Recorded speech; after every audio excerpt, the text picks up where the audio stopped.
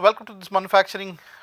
process technology part 2 module 6. We were talking about the various soft lithography approaches, soft lithography processes, and in context of that we had already looked into one of the processes, which is replication and molding. The other process, which is of substantial importance particularly when it comes to developing of platforms related to biological detection, is micro contact printing. This is based on a method again which is like stamping at a very small scale. So in a stamping exercise, what we normally do is that there is a stamp and there is ink, and we are actually adhering the ink from a pad onto the stamp surface, and then when the stamp comes and sits on the paper, the portions which are projected on the surface of the stamp with the ink imprinted is transferring the ink again by virtue of the capillary action which is done by the pores of the paper, and the ink goes into the paper in those regions which are elevated, and you can see the print of what elevations are there on the surface of a stamp. So in a similar manner we do this micro contact printing. So in this particular case, for example, you see there is a PDMS structure which has been created by earlier step of replication and molding at a very fine structure level, and we ink the PDMS structure with molecules, and molecules could be alkyl thiols, could be proteins, DNA, so on and so forth, and then you basically lay out the PDMS structure on the top of a thin film of gold with titanium, which is sitting on a silicon wafer. And if with lithography we could change the dimensions of this AU TI layer, they could be very small structures or small posts of gold over which the PDMS structure would be incorporated. Okay, so these kind of the purpose here is to transfer the layer through physical contact. So whatever was on the PDMS surface in terms of these adsorbed molecules now is going to get transferred on the contact regions. These are the contact regions. Okay, so they are going to get transferred on the contact regions, and the molecules are transferred by a physisorption process over this gold surface. So supposing we had a thiolated molecule, like I was already talking about alkyl thiols, or I was talking about, let us say, proteins which are thiolated or DNA which is thiolated, there is a tendency of the thiol group to physisorb on the top of these gold layers. Okay, so in the portions where contact is being established between the PDMS stamp and the gold layer, there is a transfer of these molecules by virtue of physisorption. It is replicating the capillary action process of the paper in the case of real stamp, and you have to give it sufficient time of contact so that the reaction chemistry between the gold and the let us say the adsorption chemistry between the gold and the molecules are executed successfully. So inking is performed via covalent binding onto the substrate, and it can be performed on a flat surface or a curved surface. You can see these are deposits done on a flat surface. They are multi-layer deposits or single layer deposits, or they are even done on curved surfaces for high throughput processes. For example, this is again a stamp which is done on a circular PDMS membrane, and it is rotated, and then obviously either the stamp can be rotated or the substrate can be rotated. In this case, for example, the glass is being patterned in its circular curvature with these molecules by just rotating simply the glass over the PDMS film, and the glass is used for transferring the PDMS the ink molecules from the PDMS film in the spacing done by the PDMS, or in the spacing designed in the PDMS to the another PDMS membrane. Okay, so you can do multiple transfer processes on curved surfaces or flat surfaces using this micro contact printing method. So the other process of soft lithography which is of importance is how to use different other structures for doing replication. For example, in this case, as you can see, again through the replication process, but using just a Teflon tubing, as you can see right here, you can actually develop a small chamber. So the Teflon tubing is placed on the top of a pre-cured PDMS first layer, and then there is another layer of PDMS deposited on the top of it, and then the idea is that once this has been done, the Teflon tube is removed. Teflon is highly hydrophobic, so there is no problem in removing of this Teflon tubing with the PDMS keeping intact, and from the other side you are injecting PDMS so that there is a small chamber which is created here in corresponding to the cavity in this region of the Teflon tube. The Teflon tube, the other portion is now completely injected with PDMS. So that's how you create a channel, and you can also create in a similar manner vertical channels like you're seeing here, and the vertical channels can actually be placed on the top of a silicon chip which is already sort of pre-etched, and then you can have again the connecting tubings on both sides which can supply fluid at these particular places. So these are many ways of doing replication by using different strategies together, where you can either make a hybrid device including two or more different materials, and a single device which is there on, let's say, a complete PDMS and so on and so forth, using just the replication and without the use of any particular printed mold or patterned mold. Okay. This is another way that you can control with replication. You can develop microchannel arrays using sort of a, you can say, high aspect ratio wire like structure or wire. So in this case, what we essentially do is take a copper wire, and this copper wire is subjected to controlled etching, so that there is a uniform dimension of this copper wire which comes out in terms of some let's say 80 microns or so, and there is a box which again is laser micro machined with different holes where these wires are put from end to end. So there is actually holes done on both walls of the box where the wires are inserted, and the wires are stretched at a certain tension, and then PDMS is poured in 10:1 ratio, and later on the PDMS actually goes around the wires. So there's the wires are in these particular regions, and the PDMS has already gone around the wire, and it gets solidified. Okay. So once this is solidified, what we essentially do is to dip this PDMS in a solvent which can, solvent like toluene for example, which kind of goes into the voids of the bonded structure or the cross bonded structure of PDMS, and it expands the structure so that it releases its grip on the wires, and then the wires are slowly pulled out one by one to result in microchannels of very fine nature of circular cross section, as well as you can see the cross section. For example, this is a circular, completely circular cross section of the channel which has been formulated. Okay, and there is an optimization in this particular work which has been done by for studying of, let's say, time of swelling as opposed to the swelling index, okay, which is actually the channel diameter to the wire diameter ratio, and it has been found out that there is an optimum time of swelling based on which you could have almost close to unity value of the channel diameter to the wire diameter, and in some cases even it goes beyond that. That means if the channel was let's say 80 microns, you could obtain even lower sizes, because now the swelling and the shrinkage which is done on the material would allow it to actually go to a lower dimension, because there is a void collapse happening within the PDMS by means of evaporation of the solvent. So this is a way, it's a fantastic way of developing microchannel arrays within blocks of PDMS, and it's important because there are embedded fluidic applications where it is important to study the fluid flow within the bulk volume of this polymer, and there you can easily apply such a replication technology to lay out an array of or a group of channels or even features, etc. So the other process which is of use and which involves soft lithography again is called capillary moulding using micropatterning. So you can see the steps. For example, you have a SU8 thick negative photoresist, you have exposed and created a featured surface which is microstructured through master mold, and then you basically pour the PDMS and try to create negative impression of the mold in terms of these small cavities, and this cavity can again be placed with respect to again a thermosetting resin paste, and the resin actually flows into such cavities, okay, because of the pressure. So there is always a inflow of this resin because of the pressure between this surface and the surface into these small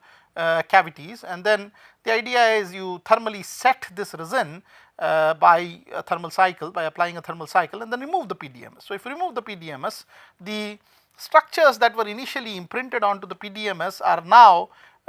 completely realized using this thermosetting resin, okay, over the substrate. But there are various complexities here imposed by the different surface energies. For example, if this PDMS and the thermosetting resin that we are using has a certain difference in the surface energy, there is going to be a meniscus formulation as seen here, and there is also going to be a contact angle of the way that the capillary really would proceed into the cavity. Okay, capillary formulated by the thermosetting resin would proceed into the PDMS cavity. So, you can develop these small rib-like structures using this capillary micro molding process, and it is a very useful technique to develop again micro pattern surfaces. So, essentially you are creating a master, replicating a polymer layer to create capillaries, spin coating the resin to be patterned, and contact the polymer replica for the resin to go into the capillaries, and usually the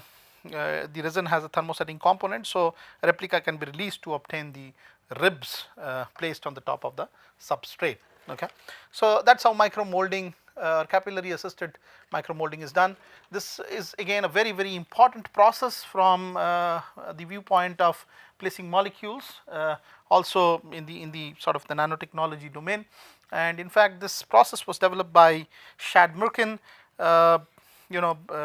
up at Northwestern, and he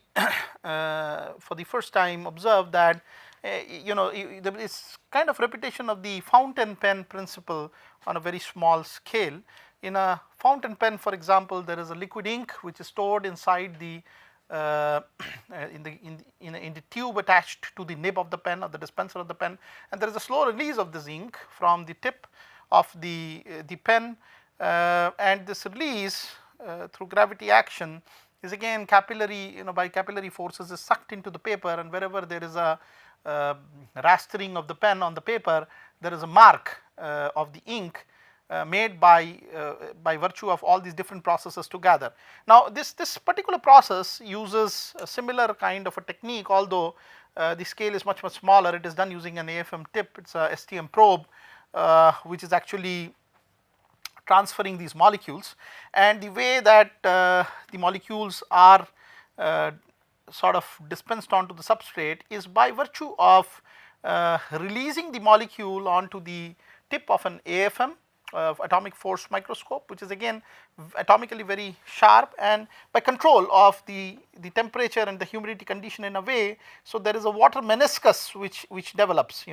along this particular tip. So, the water meniscus helps in transporting of this molecule, and the idea is that there should be some kind of an adsorption mechanism on the substrate which is concerned. So, whenever the molecule is dispensed on the substrate, it kind of attaches to the substrate, and the dispensing is normally done through this meniscus, and so as the AFM tip moves on the surface, the meniscus kind of follows the tip and is able to dispense the molecules in the way that it is moved over the substrate. So, in fact, very good features of proteins, for example, a protein nano array here. This is an AFM scan of a protein nano array has been formulated by this technique, where you can see that the minimum size, the feature size which is resolvable here is about 110 nanometers. So, this is how small feature of protein can be assembled onto a substrate surface. Okay. So, typically this is a when it was formulated for the first time, it was a serial process, but later on there were many other versions which were developed of this Pen lithography process, where it made into a parallel process with many tips being fed with these molecules, and a rapid array of such tips marking or structuring different molecules on a surface. So, if we look at some of the characteristic parameters for this process, there is a plot between the line thickness that is obtained of these molecules versus the inverse of the tip speed. So, intuitively also, as one would realize that if the tip speed is higher, the inverse of tip speed is going to be lower, and there the line thickness would depreciate or sort of decrease. Okay. So, if there is more dwell time on the other hand, or the tip speed is high, let us say on the lower side, or the inverse of tip speed on the higher side, the line thickness would increase. So, with the inverse of tip speed, there is an inverse relationship of the line thickness, as can be noted here. With the inverse of tip speed, there is a direct relationship of the line thickness, I am sorry, as can be noted here in this module. So, that is how dip pen lithography process is carried out. So, AFM tip being used to write the molecules, and by the by, this dip pen lithography was commercialized by a company called Nano Inc., and it can be used for printing self-assembled monolayers, DNA, proteins, etc. on different surfaces. And typically when the process started, it was serial, but now there is an array of cantilevers which can do parallel writing for for this particular process, and there has to be, of course, a continuous source of molecules at the tip, which is actually done by using microfluidic delivery of small solution volumes across these tips. So, that is how dip pen lithography is carried out. So, there is another very important process related to the polymers, which is known as compression molding,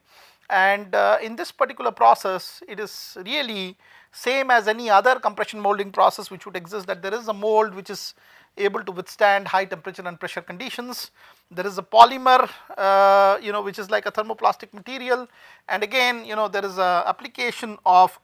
heat and pressure to the substrate, and it kind of digs and buries it to the green layer here on the thermoplastic layer, and the thermoplastic layer actually formulates a negative of the patterned surface which is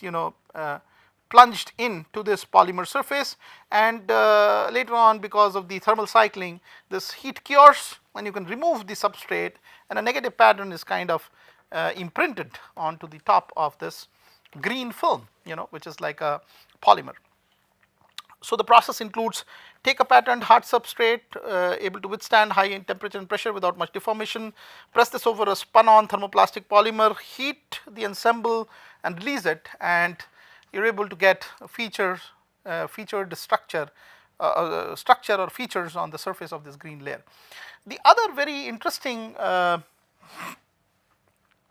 process which is actually very often used for even printing compact discs are these injection molding processes. So, you have a die cavity. So, the die is split up into two halves, there is a cavity in between, and then there is a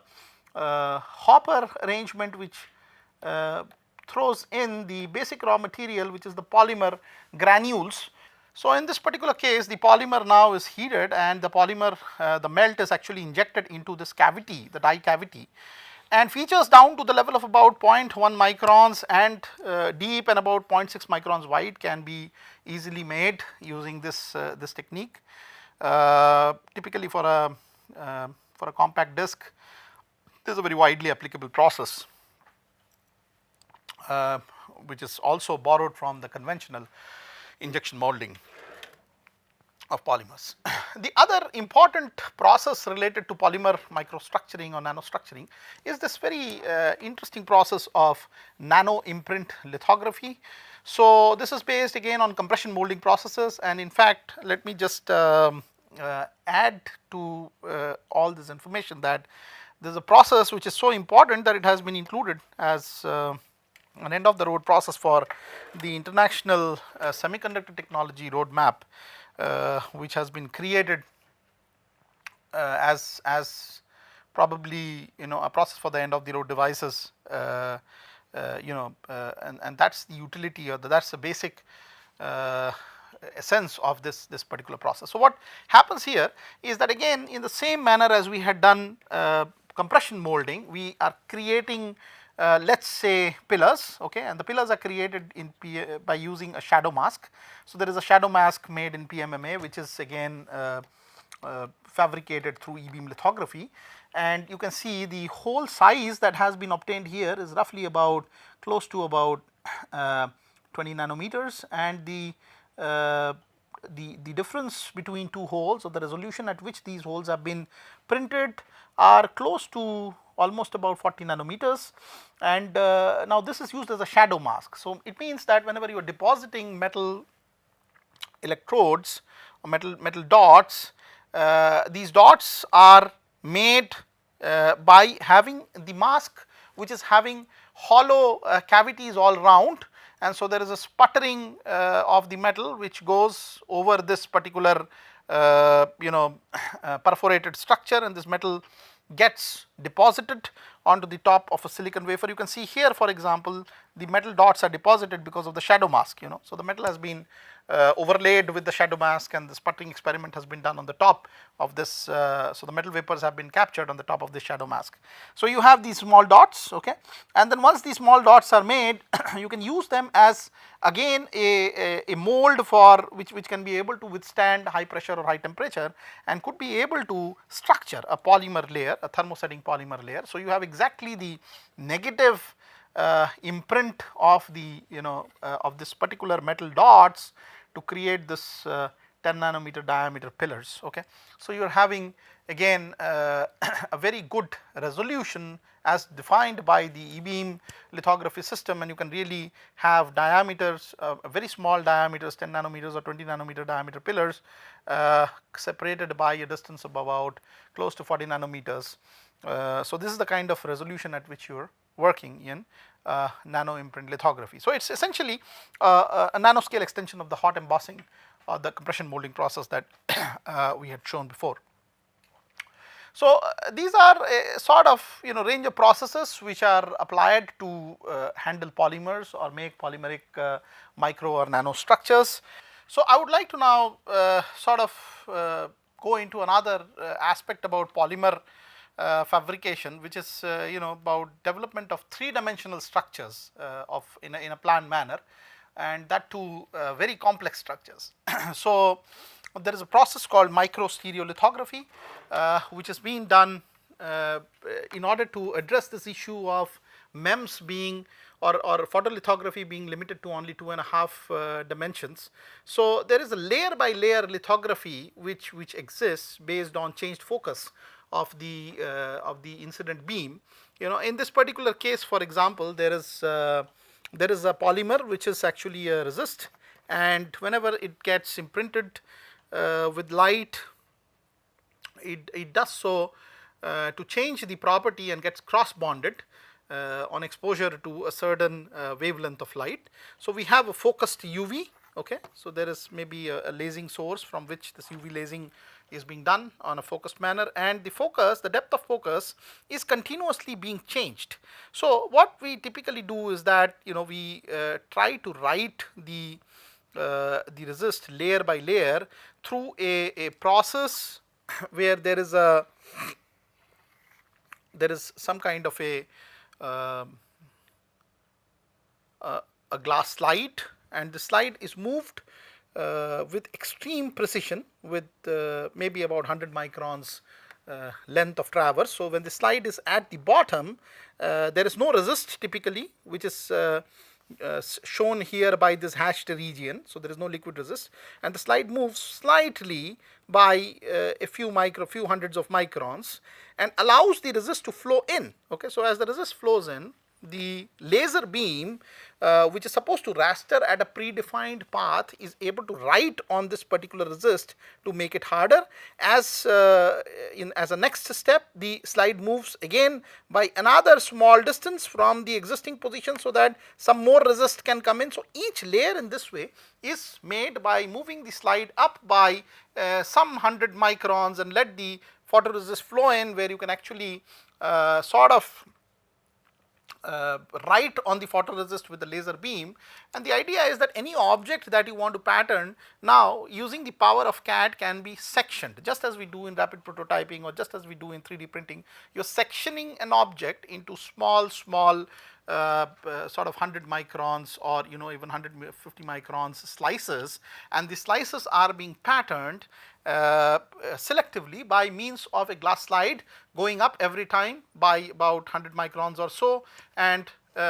taking care of fresh resist which flows back, and that is again used to pattern. So this way you can create complex features and structures. So the polymerization reactions which happen are typically related to the absorption of photons by the polymer material, and for example in the photolithography process it is only a single photon which is absorbed, but concurrently you can do that with 2 photons so that it matches the transition energy between the ground and excited state of the material, and you can actually use a 2 photon absorption phenomena, which is actually a non-linear phenomena, to do this kind of lithography. So obviously the rate of 2 photon absorption is a square function of the incident light intensity, and you can have this stereolithography as a scaled down version of the normal rapid prototyping or 3D printing process that exists in the macro scale. Okay, and based on the state of the surface of the liquid resin, there are 2 different configurations of stereolithography. One is the constrained surface, and another is a free surface configuration of the stereolithography system. So the basic steps here are the polymer layer, okay, and the liquid pre-polymer, and the fast curing of the polymer, and also a translation of a sort of slide which would give you a layer by layer orientation of the whole geometry in question. So typically when the system was initially formulated, the microstereolithography again was a serial process where there would be a single beam of laser which would raster and do these slices, but now there are many other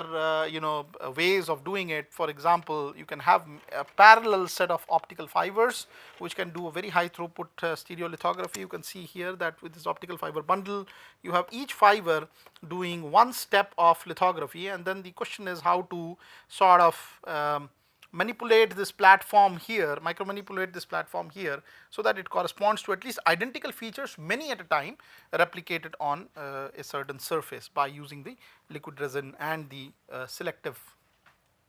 stereolithography option. So the disadvantage of a prototyping approach of rapid, of less throughput can really be coupled with this optical fiber technology, and this can make parallel devices of identical types fabricated within the plates. So that's how you can